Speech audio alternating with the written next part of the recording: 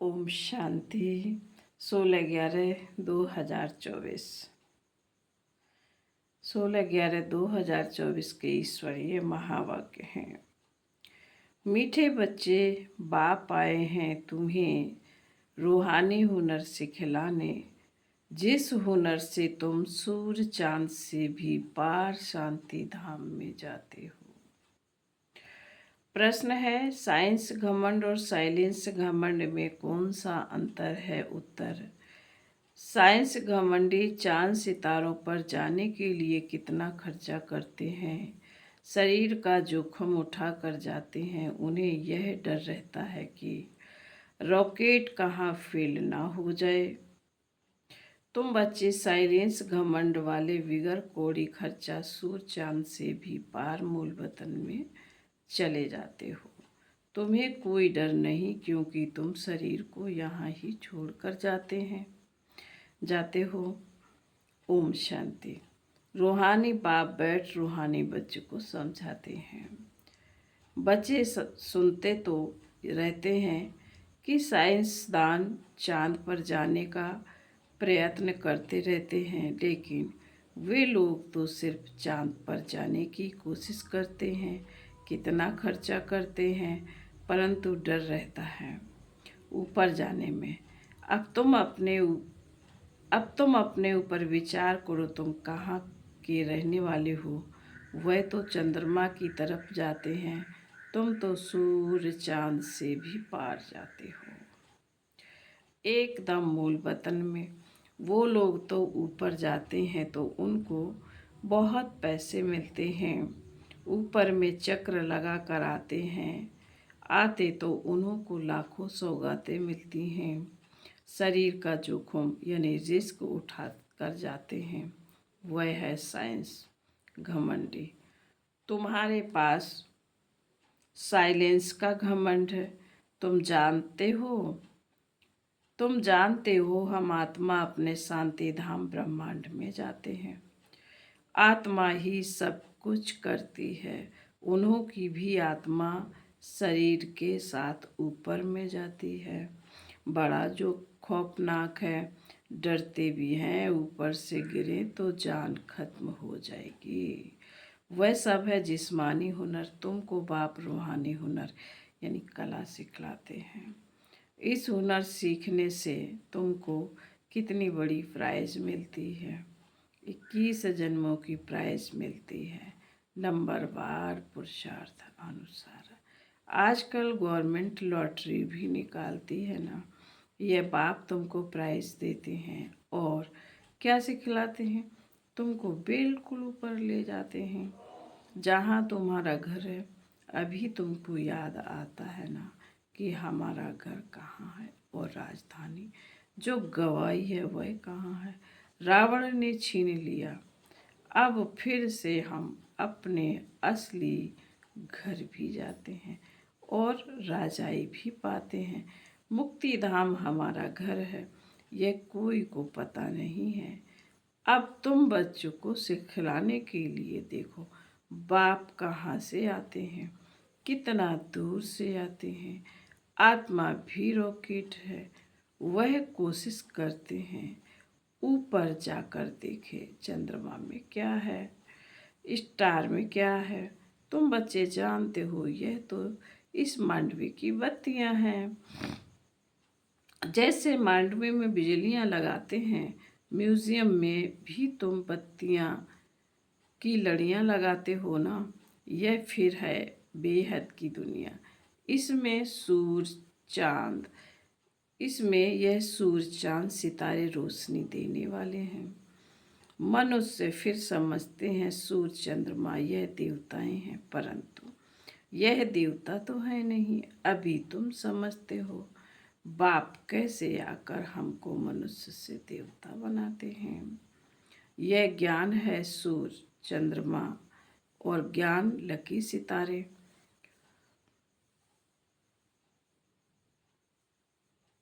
यह ज्ञान सूर्य, ज्ञान चंद्रमा और ज्ञान लकी सितारे। ज्ञान से तुम बच्चों की सदगति हो रही है। तुम कितना दूर जाते हो।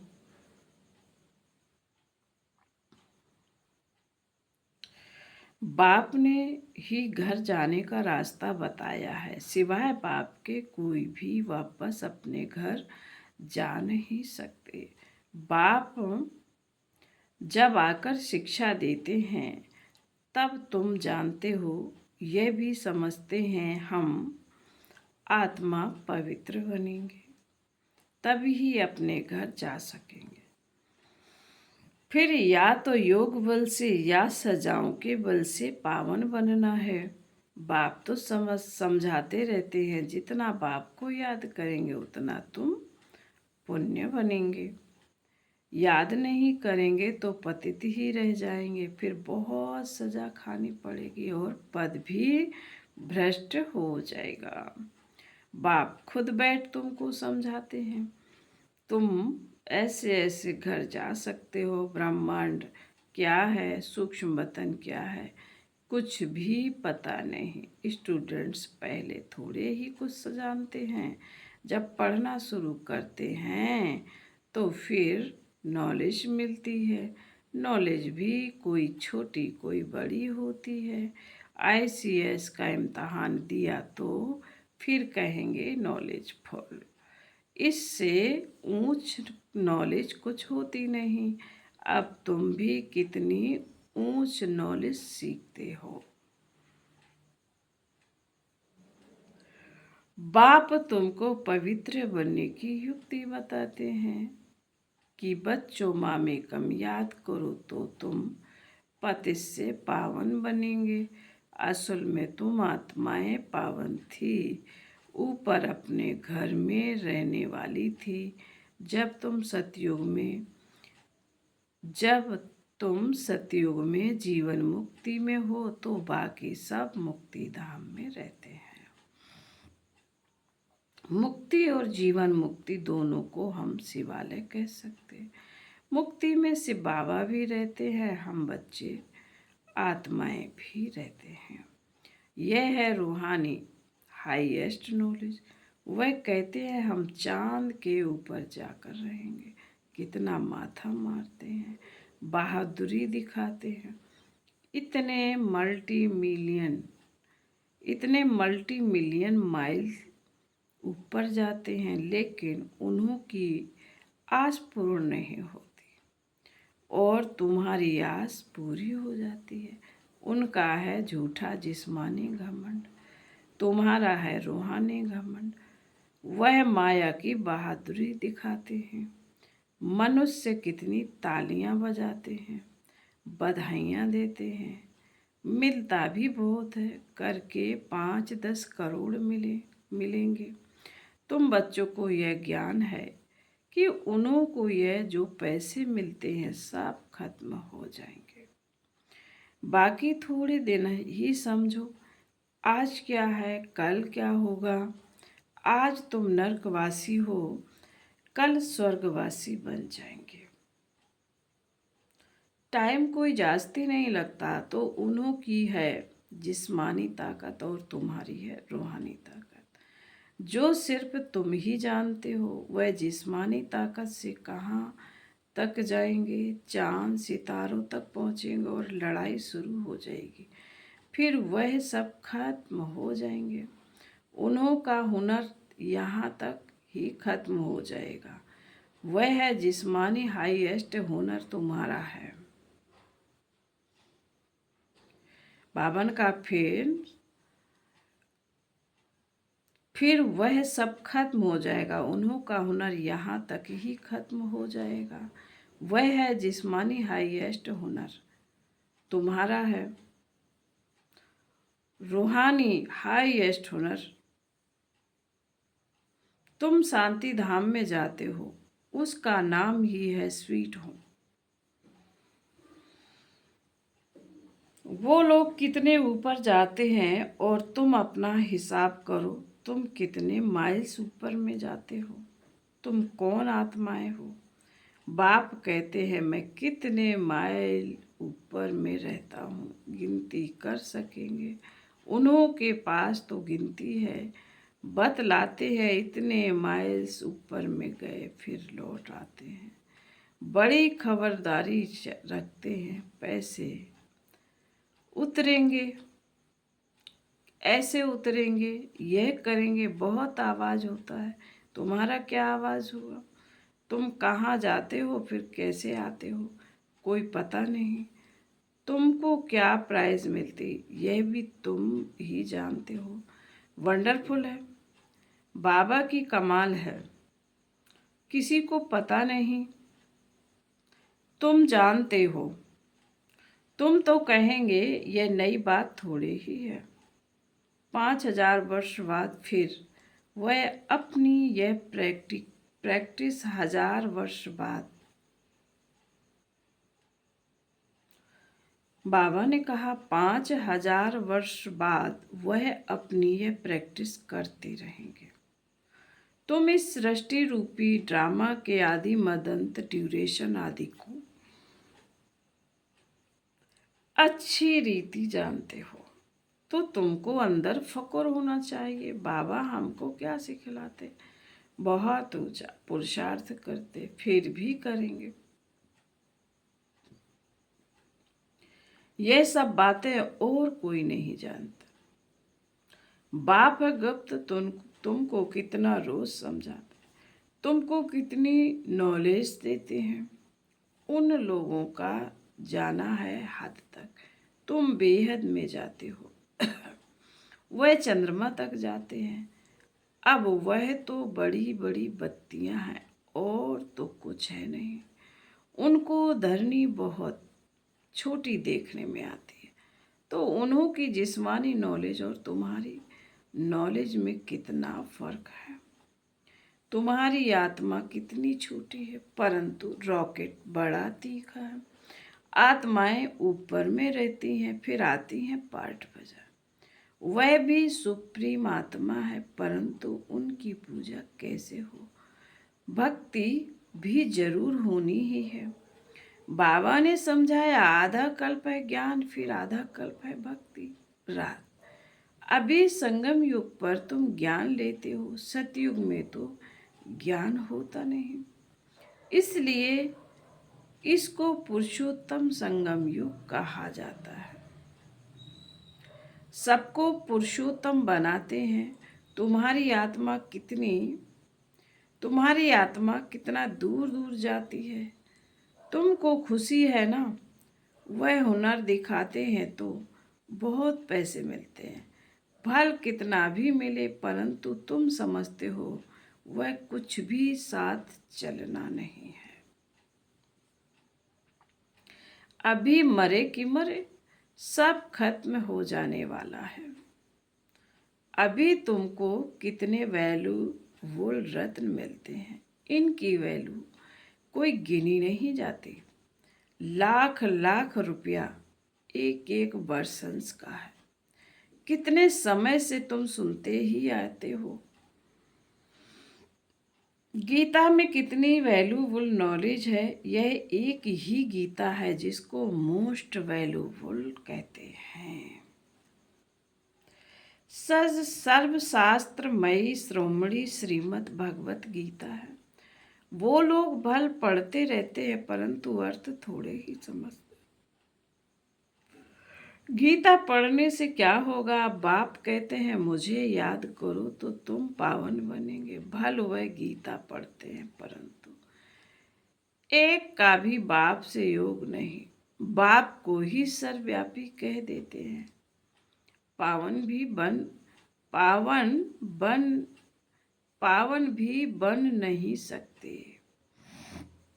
अब यह लक्ष्मी नारायण के चित्र तुम्हारे सामने है। इनको देवता कहा जाता है क्योंकि दैवी गुण है। तुम आत्माओं को पवित्र बन सबको अपने घर जाना है। नई दुनिया में तो इतने मनुष्य होते नहीं। बाकी सब आत्माओं को जाना पड़ेगा अपने घर।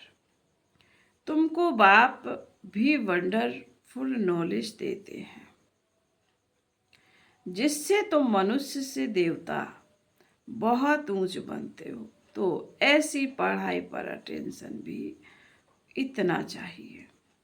यह भी समझते हैं जैसा जिसने कल्प पहले अटेंशन दिया है, ऐसा देते रहेंगे मालूम पड़ता रहता है।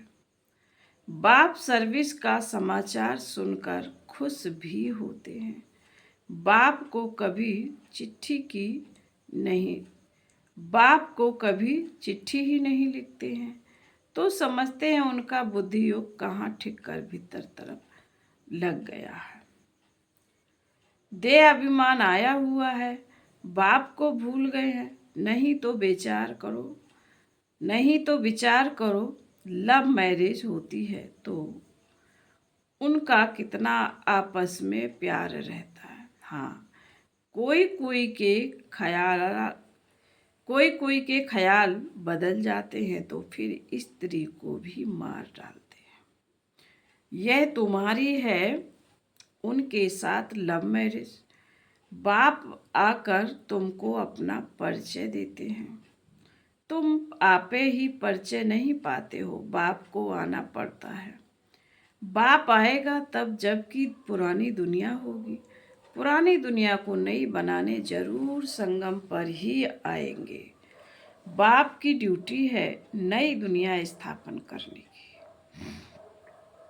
तुमको स्वर्ग का मालिक बना देते हैं, तो ऐसे बाप के साथ कितना लव होना चाहिए। फिर क्यों कहते हैं कि बाबा हम भूल जाते हैं।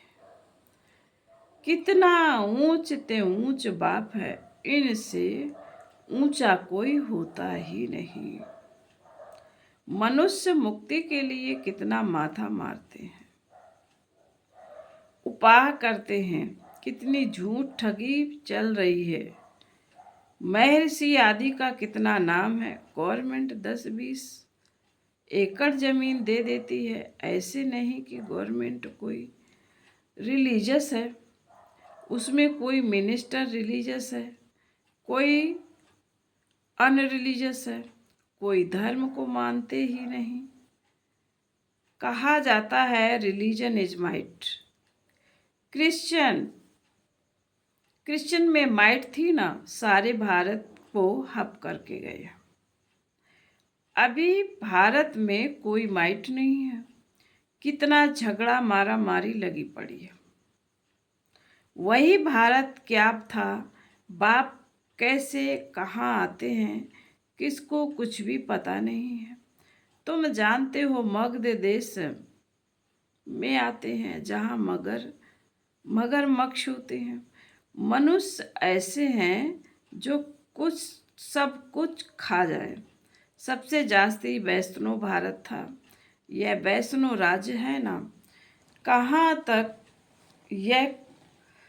कहाँ यह महान पवित्र आत्माएं कहाँ आजकल देखो क्या क्या हप कर जाते हैं, आदमखोर भी बन जाते हैं।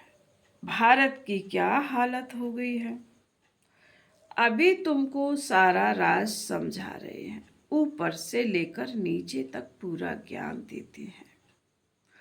पहले पहले तुम ही इस पृथ्वी पर होते हो, फिर मनुष्य वृद्धि को पाते हैं।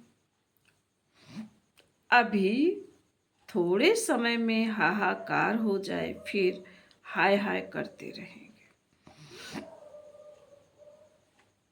स्वर्ग में देखो कितना सुख है। यह एम ऑब्जेक्ट की निशानी देखो। यह सब तुम बच्चों को धारणा भी करनी है। कितनी बड़ी पढ़ाई है। बाप कितना क्लियर कर समझाते। माला का भी राज समझाया। ऊपर में फूल है, शिव बाबा फिर मेरू। प्रवृत्ति मार्ग है ना, निवृत्ति मार्ग वालों को तो माला फेरने का हुक्म नहीं। यह है ही देवताओं की माला। उन्होंने कैसे राज लिया, तुम्हारे में भी नंबरवार है। कोई है जो बाधक, कोई है जो बेधड़क हो किसी को भी समझाते। आओ तो हम आपको ऐसी बातें बताएं जो और कोई बता नहीं सकते, सिवाय शिव बाबा के और कोई जानते ही नहीं। उन्हों को यह राजयोग किसने सिखलाया। बहुत रसीला बैठ समझाना चाहिए। ये 84 जन्म कैसे लेते देवता क्षत्रिय वैश्य शूद्र। बाप कितनी सहज नॉलेज बताते हैं। और पवित्र भी बनना है, तब ही ऊपर ऊंच पद पाएंगे। बावन का तभी ऊंच पद पाएंगे।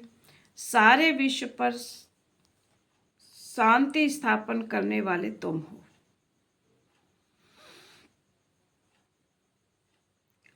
बाप तुमको राजभाग देते हैं, दाता है ना, वह कुछ लेता नहीं। तुम्हारी पढ़ाई की यह प्राइज, ऐसी प्राइज तो और कोई दे ना सके।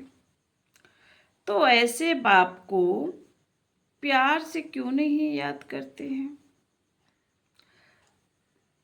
लौकिक बाप को तो सारा जन्म याद करते हो, पारलौकिक को क्यों नहीं याद करते हो। बाप ने बताया है यह युद्ध का मैदान है, यह युद्ध का मैदान है।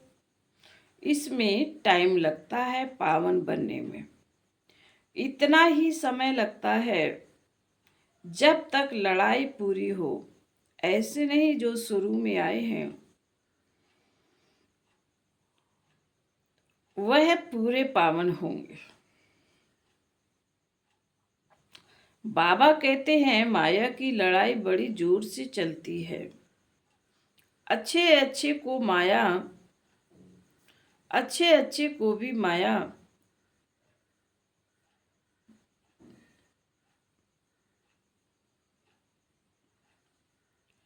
बावन का ऐसे नहीं जो शुरू में आए हैं वह पूरे पावन होंगे। बाबा कहते माया की लड़ाई बड़ी जोर से चलती है। अच्छे अच्छे को भी माया जीत लेती है। इतनी तो बलवान है जो गिरते हैं वह फिर मुरली भी कहाँ से सुने। बाबा कहते जो गिरते हैं वह फिर मुरली कहाँ से सुने। सेंटर में तो आते ही नहीं, तो उनको कैसे पता पड़े। माया एकदम बर्थ नोटे पैनी बना देती है। मुरली जब पढ़ें तब सुजाग हों। गंदे काम में लग जाते हैं। कोई सेंसिबल बच्चा हो जो उनको समझावे तुमने माया से कैसे हार खाई। बाबा तुमको क्या सुनाते हैं, फिर तुम कहाँ जा रहे हो। देखते हैं इनको माया खा रही है तो बचाने की कोशिश करनी चाहिए। कहाँ माया सारा हप ना कर लेवे, फिर से सुजाग हो जाए। नहीं तो ऊंच पद नहीं पाएंगे। सतगुरु की निंदा कराते हैं। बाबा बोले अच्छा। मीठे मीठे शिकील दे बच्चों प्रति माता पिता बाप दादा का याद प्यार और गुड मॉर्निंग। रूहानी बाप की रूहानी बच्चों को नमस्ते।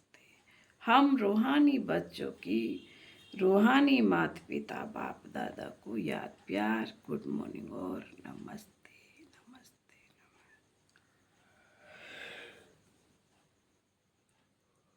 ओम शांति। धारणा के लिए मुख्य सार है बाप से साइलेंस का हुनर सीख कर इस हद की दुनिया से पार बेहद में जाना है। फकोरियन नशा रहे हम। बाप हमें कितना वंडरफुल ज्ञान देकर कितनी बड़ी प्राइज देते हैं। नंबर 2 बेधड़क होकर बहुत रसीले ढंग से सेवा करनी है। माया की लड़ाई में बलवान बन जीत पानी है। मुरली सुनकर सुजाग रहना है और सबको सुजाग करना है। वरदान परम पूज्य बन परमात्म प्यार का अधिकार प्राप्त करने वाले संपूर्ण स्वच्छ आत्मा भव। सदा ये स्मृति जीवन में लाओ कि मैं पूजात्मा इस शरीर रूपी मंदिर में विराजमान हूँ। ऐसी पूजात्मा ही सर्व की प्यारी है। उनकी जड़ मूर्ति भी सबको प्यारी लगती है।